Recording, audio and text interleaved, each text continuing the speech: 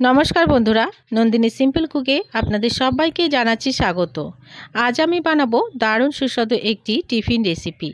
हाते जदि समय ना थाके सकालबेला झटपट करे এই রেসিপিটি বানিয়ে বাচ্চাদের টিফিনে দিতে পারেন, এছাড়াও বড়দের টিফিনেও দিতে পারেন। আর এই রেসিপিটি এতটাই টেস্ট হয়, বাচ্চাদেরকে টিফিনে দিলে দেখবেন টিফিনটা ফাঁকা করে তবেই বাড়ি আসবে।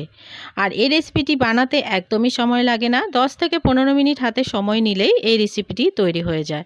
দারুণ সুস্বাদু একটি রেসিপি, বানাতে অল্প কিছু ইনগ্রিডিয়েন্টস লাগে যেটা আমাদের ঘরে অ্যাভেলেবেল সবসময় থাকে। তাহলে চলুন বন্ধুরা আজকের এই রেসিপিটি দেখে নেওয়া যাক। যদি ভালো লাগে অবশ্যই করে একটা লাইক করার অনুরোধ রইল।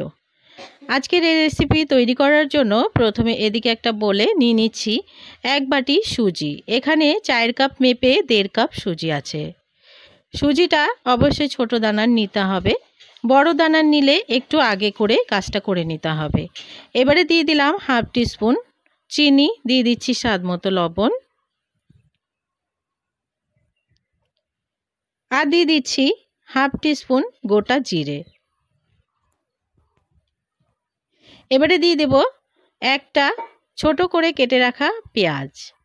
এখানে আমি একটা ছোট সাইজের পেঁয়াজকে ছোট করে কেটে রেখেছিলাম। দিয়ে দিচ্ছি কাঁচা পাকা লঙ্কা, এখানে 2 থেকে 3টে আমি লঙ্কা ব্যবহার করেছি।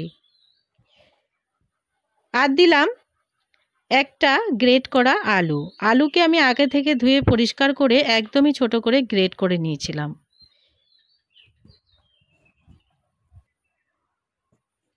আজকে কোনো রকম দই ছাড়াই এই রেসিপিটি আমি তৈরি করব। দই ছাড়াও এই রেসিপিটি হবে দারুণ সুস্বাদু আর ফুলবে অনেকটাই। এবারে দিয়ে দিচ্ছি জল।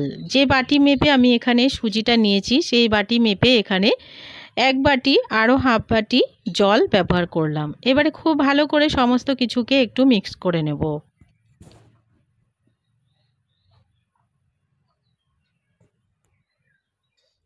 জলটা প্রথমে খুব বেশি দেয়া যাবে না, প্রথমে অল্প পরিমাণে জল দিতে হবে। খুব বেশি পাতলা হয়ে গেলে রেসিপিটি করতে অসুবিধা হবে। খুব ভালো করে সমস্ত কিছুকে মিক্স করে নিলাম। এবারে ঢাকা দিয়ে রেখে দেব 5 মিনিটের জন্য। তার আগে দিয়ে দেব লেবু। এখানে যেহেতু আজকে দই ব্যবহার করছি না, সেই কারণে আমি অর্ধেকটা লেবু ব্যবহার করব। এবারে লেবুটাকে খুব ভালো করে চিপে নিয়ে নিচ্ছি।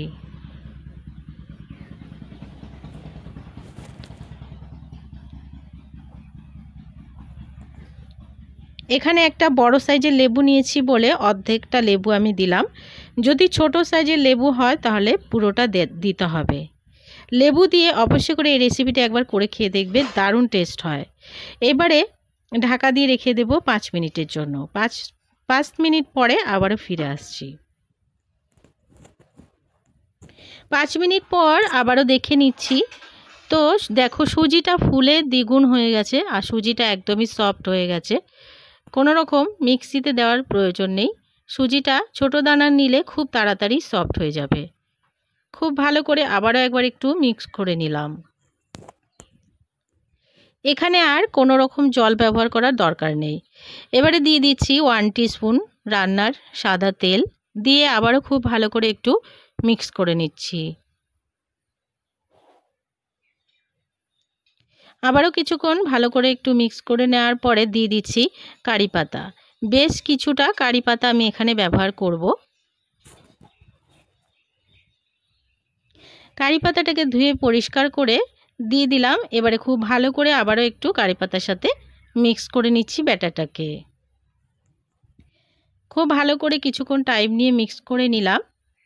এবারে এই ব্যাটারে দিয়ে দেব হাফ টিস্পুন থেকেও কম বেকিং সোডা। বেকিং সোডাটা দিয়ে আবারও একটু ভালো করে মিক্স করে নেব। কিছুক্ষণ টাইম নিয়ে একটু ফেটিয়ে নিতে হবে। যতটা ভালো করে ফেটানো হবে তবে এই রেসিপিটি দারুণ হবে, অনেকটাই ফুলবে আর খেতেও হবে ভীষণ টেস্টি। খুব ভালো করে একটু ফেটিয়ে নিলাম টাইম নিয়ে।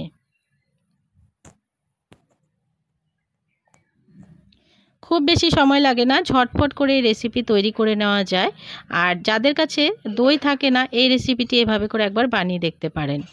এবারে এদিকে কড়াইতে দিয়ে দিচ্ছি 1 টিস্পুন সাদা তেল, দিয়ে এবারে একটুখানি সরষে দানা আমি ছড়িয়ে দিলাম।